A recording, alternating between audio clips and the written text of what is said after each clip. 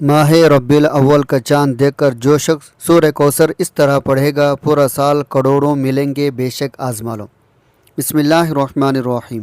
محترم ناظرین، ماہ ربیع الاول کا چاند نظر آتے ہی پڑھا جانے والا سورہ کوثر کا ایک خوبصورت عمل آج آپ کے ساتھ شیئر کرنے جا رہا ہوں۔ ربیع الاول وہ بابرکت مہینہ ہے جس کا تعلق ہمارے لیے رسول اکرم حضرت محمد صلی اللہ علیہ وسلم کی مبارک سیرت، آپ کی رحمت، آپ کے اخلاق، آپ کی محبت کی یاد سے جڑا ہوا ہے۔ یہ مہینہ ہمیں یاد دلاتا ہے ہمیں اپنی زندگی کو نبی صلی اللہ علیہ وسلم کی سنت، محبت، درود و سلام، اچھے اخلاق سے سجانا ہے۔ جب ربیع الاول کا چاند آسمان پر نظر آتا ہے، ایک مسلمان کے دل میں ایک خاص کیفیت پیدا ہوتی ہے۔ یہ صرف نئے مہینے کے آغاز کی علامت نہیں بلکہ ہمارے لیے اپنے اعمال پر غور کرنے، اللہ کی طرف رجوع کرنے، نبی کی سیرت کو اپنی زندگی میں اپنانے کا ایک خوبصورت موقع بھی ہے۔ اس لیے ربیع الاول کا چاند دیکھ کر سب سے پہلے اللہ تعالیٰ کا شکر ادا کریں، نبی پر کثرت درود و سلام بھیجیں اور اپنے دل میں یہ عہد کریں ہم اپنی زندگی کو سنت رسول کے مطابق بہترین بنانے کی کوشش کریں گے۔ محترم ناظرین، آج میں آپ کی خدمت میں سورہ کوثر کا ایک ایسا عمل لے کر حاضر ہوا ہوں جسے آپ ربیع الاول کے اس مبارک موقع پر اللہ تعالیٰ کی رضا، برکت، اپنے جائز حاجات کے لیے پڑھ سکتے ہیں، لیکن ہمیشہ یہ بات دل میں رکھیں عطا کرنے والی ذات صرف اللہ رب العالمین کی ہے۔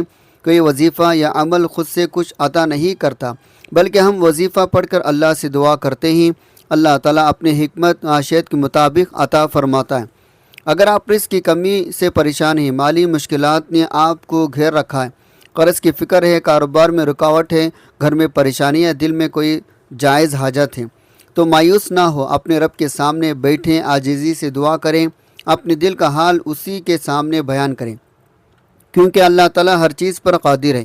وہ ہمارے دلوں کی کیفیت جانتا ہے، ہماری خاموش دعاؤں کو بھی سنتا ہے، ہماری ان پریشانیوں سے بھی واقف ہے جنہیں ہم دنیا کے سامنے بیان نہیں کر پاتے۔ ربیع الاول کا یہ مہینہ ہمیں خاص طور پر نبی صلی اللہ علیہ وسلم کی مبارک زندگی سے سبق لینے کا موقع دیتا ہے۔ آپ صلی اللہ علیہ وسلم نے ہمیں اللہ پر توکل، صبر، شکر، رحم، سچائی، اچھے اخلاق کا درس دیا۔ اس لیے اس مہینے میں صرف اپنے حاجات ہی نہیں مانگیں بلکہ اپنے اخلاق، اپنے اعمال، اپنی زندگی کو بھی بہتر بنانے کی دعا کریں۔ جب ربیع الاول کا چاند نظر آئے، آپ یہ عمل کرنے بیٹھے تو چند لمحوں کے لیے دنیا کی پریشانیاں بھلا دیں، اپنے دل کو اللہ کی طرف متوجہ کریں، درود شریف پڑھیں، پھر اپنے رب سے اپنے جائز حاجات مانگیں۔ رزق چاہتے ہیں تو حلال اور بابرکت رزق مانگیں، قرض سے نجات چاہتے ہیں اللہ سے آسانی مانگیں، گھر میں سکون چاہتے ہیں تو سکون مانگیں۔ اگر کوئی ایسی جائز خواہش ہے جو مدت سے آپ کے دل میں ہے تو اسے بھی اللہ کے سامنے رکھ دیں۔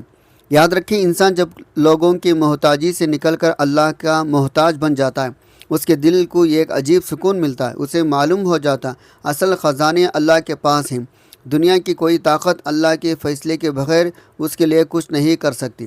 ربیع الاول کا چاند ہمیں یہ بھی یاد دلاتا ہے ہماری سب سے بڑی خوشی نصیب یہ ہے ہم نبی صلی اللہ علیہ وسلم کی امت میں سے ہیں۔ اس نعمت کا شکریہ ہے ہم آپ صلی اللہ علیہ وسلم سے محبت کریں، آپ پر درود و سلام بھیجیں، آپ کی سیرت پڑھیں اور آپ کی سنت کو اپنی زندگی میں اختیار کرنے کی کوشش کریں۔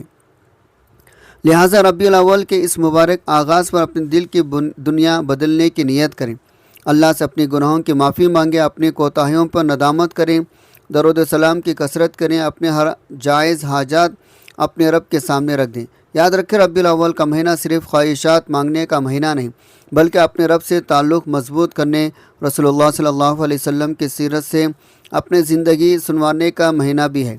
اس لیے اگر آپ کے دل میں کوئی پریشانی ہے تو اسے اپنے رب کے حوالے کر دیں، اگر کوئی حاجت ہے اللہ سے مانگیں، اگر کوئی خواب ہے اس کے لیے دعا کریں، اور اگر زندگی میں کوئی ایسا مسئلہ ہے جس کا راستہ آپ کو نظر نہیں آ رہا، اللہ سے کہیں یا اللہ میرے لیے وہ راستہ کھول دے جہاں سے میرے گمان بھی نہ ہو۔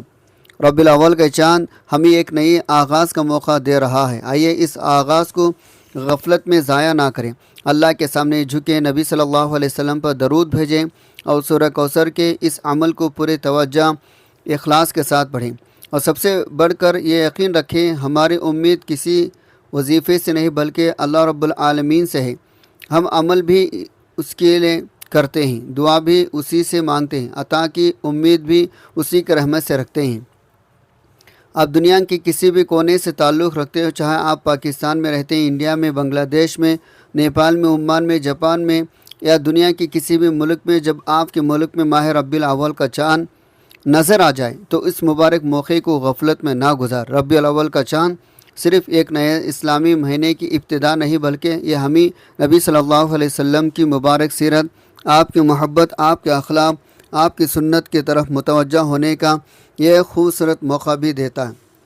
اس لیے جب یہ چاند نظر آئے تو اپنے معمولات میں سے کچھ وقت اللہ کی عبادت، دعا، ذکر، درود و سلام کے لیے ضرور نکالیں۔ یہ نہ جگہ کی کوئی پابندی ہے، نہ ہی یہ ضروری ہے آپ کسی خاص مقام پر ہی ہو۔ اگر آپ دکان پر ہیں کچھ وقت نکال کر پڑھ سکتے ہیں، دفتر میں ہی وہاں بھی پڑھ سکتے ہیں، گھر میں ہی تو مصلی پر بیٹھ کر پڑھ سکتے ہیں، سفر میں ہی تو جہاں ممکن ہو پڑھ سکتے ہیں۔ اصل چیز جگہ نہیں بلکہ دل کی توجہ، اخلاص، اللہ تعالیٰ پر بھروسہ ہے۔ ربیع الاول کے اس مبارک مہینے میں خاص طور پر درود و سلام کی کثرت کریں، نبی صلی اللہ علیہ وسلم کی سیرت کو یاد کریں اور نیت کریں ہمیں اپنی زندگی میں آپ صلی اللہ علیہ وسلم کی سنت اور آپ کی خوبصورت اخلاق کو اپنانے کی کوشش کریں گے۔ آج آپ اپنے رب سے جو بھی حاجت مانگنا چاہتے ہیں مانگ سکتے ہیں۔ رزق کی تنگی ہے تو حلال رزق کی دعا کریں، قرض ہے تو آسانی مانگیں، کاروبار میں پریشانی ہے تو اللہ سے برکت مانگیں، اولاد کے لیے فکر ہے تو نیک صالح اولاد کی دعا کریں، گھر میں بے سکونی ہے اللہ سے سکون مانگیں، اپنے ہر جائز حاجات اپنے رب کے سامنے رکھ دیں۔ آئے ناظرین، اب جان لیتے ہیں یہ وظیفہ آپ نے کس طرح پڑھنا ہے اور کن باتوں کا خاص خیال رکھنا۔ لیکن اس سے پہلے میرے آپ سے ایک چھوٹی سی گزارش ہے، اگر آپ اس چینل پر نئے ہیں اور ابھی تک اس چینل کو سبسکرائب نہیں کیا تو ابھی سبسکرائب کر لیں، کیونکہ میں روزانہ آپ کے لیے اسلامی دعائیں، اذکار، وظائف، نیک اعمال سے متعلق ویڈیوز لاتا رہتا ہوں۔ اگر آپ کو یہ سلسلہ فائدہ مند لگتا ہے تو چینل کو ضرور سپورٹ کریں۔ اب آتے ہیں اصل عمل کی طرف۔ ربیع الاول کا چاند نظر آنے سے پہلے اور بعد میں آپ کے پاس وقت ہے، جب بھی آپ کو وقت ملے باوضو ہو کر مصلی پر بیٹھ جائیں، اور کسی وجہ سے بیٹھنا ممکن نہ ہو تو چلتے پھرتے بھی پڑھ سکتے ہیں۔ سب سے پہلے اللہ کے حبیب حضرت محمد صلی اللہ علیہ وسلم پر 3 مرتبہ درود پاک پڑھنا۔ آپ کون سا بھی مسنون دعا پڑھ سکتے ہیں۔ مختصر درود پڑھنا چاہے تو صلی اللہ علیہ وآلہ آلہ وسلم پڑھ لیں یا صلی اللہ علی محمد پڑھ لیں، اور اگر ممکن ہو تو نماز والا درود ابراہیمی پڑھیں۔ ایک مرتبہ ثواب کی نیت سے میرے ساتھ بھی درود ابراہیمی پڑھیں۔ اللہم صلی علی محمد وعلی آل محمد کما صلیت علی ابراہیم وعلی آل ابراہیم انکا حمید مجید۔ اللہم بارک علی محمد وعلی آل محمد کما بارکت علی ابراہیم وعلی آل ابراہیم انکا حمید مجید۔ 3 بار درود پاک پڑھنے کے بعد ہر انسان کا آزمائش الگ ہے، خواہش الگ ہے۔ کوئی رزق کے لیے پریشان ہے، کوئی قرض کے وجہ سے بے چین ہے، کوئی اپنے کاروبار کے حالت سے فکر مند ہے، کوئی اپنے اولاد کے مستقبل کے لیے دعا کر رہا ہے، کوئی گھر کے سکون کے لیے اللہ کو پکار رہا ہے، اور کوئی ایسی پریشانیاں اپنے دل میں لے بیٹھا ہے جس کا ذکر وہ کسی انسان سے بھی نہیں کر سکتا۔ اگر آپ بھی کسی ایسے ہی پریشانی میں ہیں تو ایک بات اپنے دل میں بٹھا لیں، آپ کا رب آپ کے حال سے بے خبر نہیں۔ آپ یہ نہ سوچیں یہ کام کیسے ہوگا، راستہ کہاں سے نکلے گا، حالات کیسے بدلیں گے، سب اللہ کے اختیار میں۔ آپ کا کام دعا کرنا، جائز کوشش کرنا اور اپنے رب پر بھروسہ رکھنا۔ اپنی حاجت دل میں رکھیں، اللہ سے عاجزی کے ساتھ مانگیں، یقین رکھیں اللہ تعالیٰ کے لیے کوئی کام مشکل نہیں، وہ چاہے تو مشکل کو آسان کر دے، بند راستے کھول دیں، پریشانی کے بعد سکون عطا فرما دیں۔ اب اپنے خاص مقصد کو دل میں رکھتے ہوئے ایک مرتبہ اعوذ باللہ من الشیطان الرجیم بسم اللہ الرحمن الرحیم پڑھ کر وظیفے کا آغاز کرنا ہے۔ یاد رکھیں قرآن کی تلاوت، اللہ کے ذکر سے پہلے توحید تسمیہ پڑھنا ہمیں اللہ کی پناہ اس کے نام سے آغاز کی طرف متوجہ کرتا ہے۔ اس لیے عمل کو جلدی جلدی نہیں پڑھنا بلکہ توجہ ادب کے ساتھ پڑھنا ہے۔ جب آپ اپنی نیت کر لیں، درود پاک پڑھ لیں، توحید تسمیہ بھی پڑھ لیں تو چند لمحوں کے لیے اپنی تمام پریشانیاں ایک طرف رکھ دیں، اپنے دل کو دنیا کی الجھنوں سے نکال کر اللہ کی طرف متوجہ کریں۔ یوں محسوس کریں آپ اپنے رب کے سامنے بیٹھے ہیں، آپ کی زبان پر اللہ کا ذکر ہے، دل میں اپنی حاجت ہے، آنکھوں میں امید ہے۔ بس اسی کیفیت کے ساتھ سب سے پہلے نمبر پر جو وظیفہ آپ نے پڑھنا ہے وہ اللہ رب العزت کے ایک عظیم صفاتی نام کا وظیفہ ہے۔ یہ وہ مبارک لفظ ہے جو سورہ اخلاص کی دوسرے آیت میں آتا ہے۔ اللہ الصمد، ذرا اپنے دل سے سوچے کتنے لوگ ایسے ہیں جو برسوں سے پریشانی میں گھیرے ہوئے ہیں، کبھی رزق کی تنگی، کبھی گھر کے حالات کی فکر، کبھی قرض کا بوجھ، کبھی کاروبار کی پریشانی، کبھی ایسی مصیبت جس کا کوئی راستہ سمجھ نہیں آتا۔ انسان تھک جاتا ہے، لوگوں سے امیدیں لگاتے لگاتے تھک جاتا ہے، دروازے کھٹکھٹاتے کھٹکھٹاتے تھک جاتا ہے، لیکن ایک دروازہ ایسا جو کبھی بند نہیں ہوتا، وہ ہے اللہ رب العالمین کے رحمت کا دروازہ۔ جب بھی آپ پریشان ہو، جب بھی دل میں بوجھ ہو، جب بھی آنکھوں میں آنسو ہو اور سمجھ نہ آئے، کسی سے اپنا دکھ بیان کریں، اپنے رب کے سامنے بیٹھ جائیں، اپنی زبان سے کم اور اپنے دل سے زیادہ بات کریں، کیونکہ اللہ تعالیٰ آپ کے ظاہری نہیں بلکہ آپ کے دل کا حال بھی جانتا ہے۔ یاد رکھیں، اصل وقت صرف اللہ تعالیٰ کے پاس ہے۔ ہم ذکر کرتے ہیں، دعا کرتے ہیں، اپنے حاجات پیش کرتے ہیں، پھر نتیجہ اللہ کے سپرد کر دیتے ہیں۔ اب توجہ سے سنیں، اللہ الصمد آپ نے کیسے کتنے بار پڑھنا ہے؟ طریقہ بہتر آسان ہے۔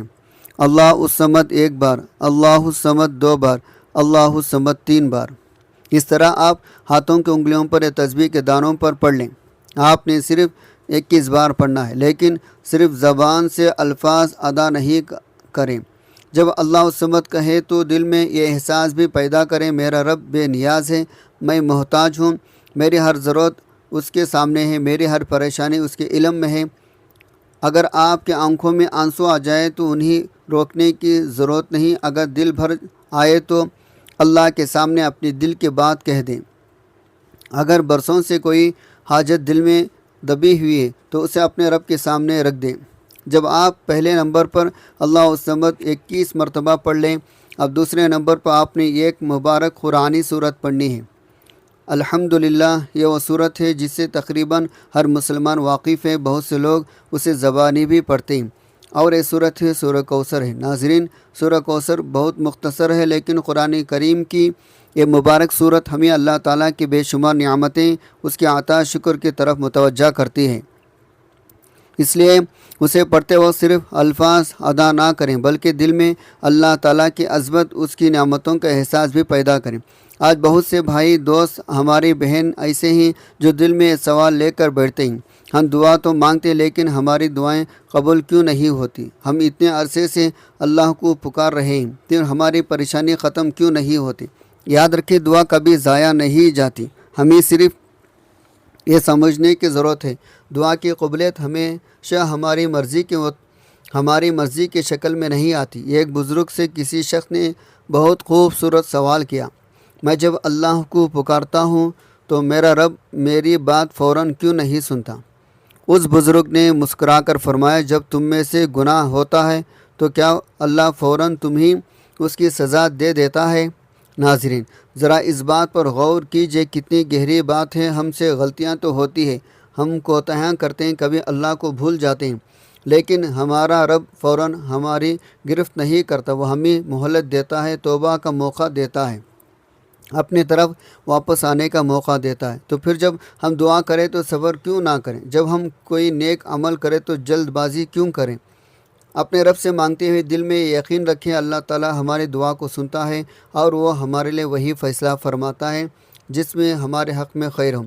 کبھی ہم ایک چیز مانگتے ہیں اور سمجھتے ہیں یہی ہمارے لیے بہتر ہے، لیکن اللہ جانتا ہے اس چیز میں ہمارے لیے نقصان ہے۔ کبھی ہم چاہتے ہیں ہماری مشکل آج ہی ختم ہو جائے، لیکن اللہ جانتا ہے اس مشکل کے بعد آنے والی آسانی ہمارے لیے زیادہ بہتر ہوگی۔ اس لیے دعا چھوڑنے نہیں ہے، اللہ سے مانگنا چھوڑنا نہیں ہے، اپنے رب کے دروازے سے واپس نہیں آنا۔ اب آپ سورہ کوثر کی تلاوت سن لیں۔ بسم اللہ الرحمن الرحیم، انا اعطیناک الکوثر فصلی لربک وانحر ان شانئک هو الابتر۔ کتنی مختصر اور خوبصورت صورت ہے۔ اب آپ نے سورہ کوثر ہاتھوں کی انگلیوں پر یا تسبیح کے دانوں پر 29 بار پڑھنی ہے۔ کوشش کریں ہر مرتبہ توجہ ادب کے ساتھ پڑھیں، جلدی نہ پڑھیں۔ اور جب 29 مرتبہ سورہ کوثر مکمل ہو جائے تو اپنے ہاتھ اٹھا کر اللہ تعالیٰ سے دعا کریں، اپنے حاجات بیان کریں، اپنی پریشانی بیان کریں، اپنے گھر کے حالات بیان کریں، اپنے رزق کے لیے دعا کریں، اپنے اولاد، کاروبار، مستقبل، ہر جائز ضرورت کے لیے اللہ سے مانگیں۔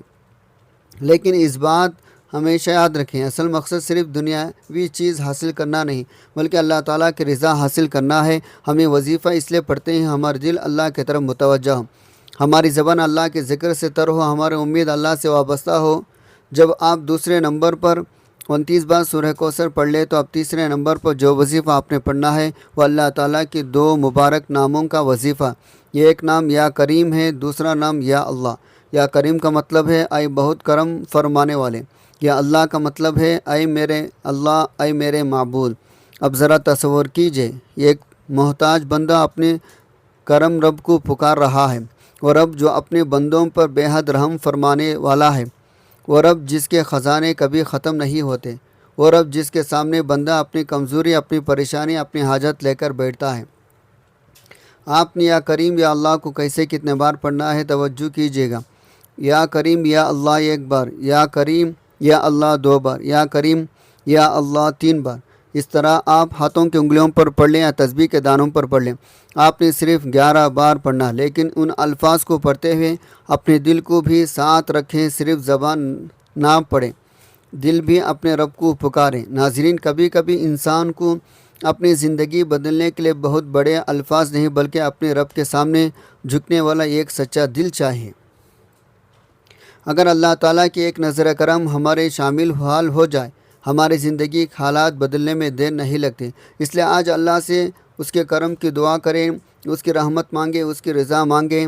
اب ذرا پورے عمل کو ایک مرتبہ ذہن میں بٹھا لیں۔ پہلے نمبر پر اللہ الصمد 21 مرتبہ، دوسرے نمبر پر سورہ کوثر 29 مرتبہ، تیسرے نمبر پر یا کریم یا اللہ 11 مرتبہ۔ یہ عمل بظاہر مختصر ہے، لیکن اصل خوبصورتی اس بات میں ہے آپ اسے جلدی عمل کرنے کے بجائے توجہ، ادب، اخلاص کے ساتھ پڑھیں، اور جب یہ تینوں اعمال مکمل ہو جائے تو آخر میں دوبارہ 3 مرتبہ درود پاک پڑھ لیں، وہی درود جو آپ نے عمل کے آغاز میں پڑھا تھا۔ اب آپ کا عمل مکمل ہو گیا، لیکن ناظرین، اب وہ وقت ہے جب آپ نے اپنے رب کے سامنے دل کھول کر دعا کرنی ہے، اپنے گناہوں کی معافی مانگنی ہے، اپنی کوتاہی پر توبہ کرنی ہے، اللہ سے استغفار کرنا ہے، اپنی زندگی کے ہر جائز حاجات اللہ کے سامنے رکھنی ہے۔ اگر آنکھوں میں آنسو آ جائیں تو انہیں بہنے دیں، اگر دل بھر آئے اللہ کے سامنے اپنا حال بیان کریں، کیونکہ اللہ کے سامنے رونا کمزوری نہیں بلکہ اپنے رب کے سامنے عاجزی، محتاجی کا اظہار ہے۔ لیکن یہ یقین بھی رکھیں، صرف وظیفہ پڑھ لینے سے گناہوں کی معافی خود بخود لازم نہیں ہو جاتی۔ سچی توبہ یہ ہے انسان اپنے گناہوں پر نادم ہو، اللہ سے معافی مانگے، آئندہ گناہوں سے بچنے کا پختہ ارادہ کریں، پھر اللہ کی رحمت سے امید رکھے۔ دعا کتنی خوبصورت نعمت ہے، بندہ اپنے دل کا بوجھ اللہ کے حوالے کر دیتا ہے، اپنی پریشانی اس کے سامنے رکھ دیتا ہے، اپنی کمزوری مان لیتا ہے، پھر ایک عجیب سکون کے ساتھ اٹھتا ہے، میرا رب میرے حال سے واقف ہے۔ یا اللہ ہمیں اپنی رضا عطا فرما، ہمیں ایمان کی مضبوطی عطا فرما، ہمیں نبی صلی اللہ علیہ وسلم کی سچی توبہ عطا فرما، ہمیں آپ صلی اللہ علیہ وسلم کی سنت پر چلنے کی توفیق عطا فرما، ہمارے گھروں میں سکون عطا فرما، ہمارے رزق میں برکت عطا فرما، ہمیں حلال پاکیزہ رزق عطا فرما۔ جو لوگ قرض میں پریشان ہیں یا اللہ ان کے لیے آسانی فرما، جو لوگ بیماری میں مبتلا ہیں انہیں شفا عافیت عطا فرما، جو لوگ بے روزگاری سے پریشان ہیں ان کے لیے حلال روزگار کے دروازے کھول دیں، جو لوگ اپنے بچوں کے مستقبل کے لیے پریشان ہیں ان کے اولاد کے حق میں خیر کے فیصلے فرما، جو لوگ اپنے گھروں میں بے سکونی محسوس کرتے ہیں ان کے گھروں کو محبت، رحمت اور برکت سے بھر دیں۔ یا اللہ جو دعائیں ہماری زبان تک نہیں آ سکیں تو ان دعاؤں کو بھی جانتا ہے، جو آنسو ہمارے آنکھوں سے نکلنے سے پہلے دل میں رہ گئے ان کا حال بھی جانتا ہے، جو در ہم نے کسی انسان کو نہیں بتایا۔ اے اللہ تو اس درد سے بھی واقف ہے۔ یا رب العالمین ہمارے جائز دعاؤں کو قبول فرما، ہماری کوتاہیوں کو معاف فرما۔ یا اللہ ہمارے لیے آسانیاں پیدا فرما، ہماری مشکلات دور فرما، ہمارے دلوں کو سکون عطا فرما، ہمیں اپنے رحمت سے کبھی محروم نہ فرما۔ اے اللہ مسلمانوں کی مدد فرما، بیماریوں کو شفا دے، پریشان حال لوگوں کی پریشانی دور فرما، بے سہارا لوگوں کا سہارا بن جا، اور ہم سب کے اپنی رضا والے راستے پر چلنے کی توفیق عطا فرما، آمین یا رب العالمین۔ اللہ تعالیٰ سے دعا ہے میرا سنانا آپ کا سننا ہمارے یہ دعائیں اپنی بارگاہ میں قبول و منظور فرمائے، ہمارے حق میں بہتر ہے وہ ہمیں عطا فرمائے، اور جو ہم مانگ نہ سکے لیکن ہمارے حق میں بہتر ہے وہ بھی اپنے فضل کرم سے عطا فرما۔ اے اللہ ہمیں نیکی کے بات سننے، اسے سمجھنے، پھر اپنی زندگی میں اس پر عمل کرنے کے توفیق عطا فرما، آمین ثم آمین۔ ناظرین، اگر آج کی ویڈیو آپ کو اچھی لگی ہو، اگر آپ کو اس میں کوئی اچھی بات ملی ہو، ویڈیو کو لائک ضرور کریں، اپنے عزیزوں دوستوں کے ساتھ شیئر کریں، کمنٹ میں اپنے رائے ضرور بتائیں، کمنٹ سیکشن میں اللہ تعالیٰ کے 99 مبارک ناموں میں سے کوئی ایک نام ضرور لکھیں۔ ہو سکتا آپ کا لکھا ہوا اللہ کا ایک خوبصورت نام کسی دوسرے کے حق میں توفیق کا ذریعہ بنائے، آمین۔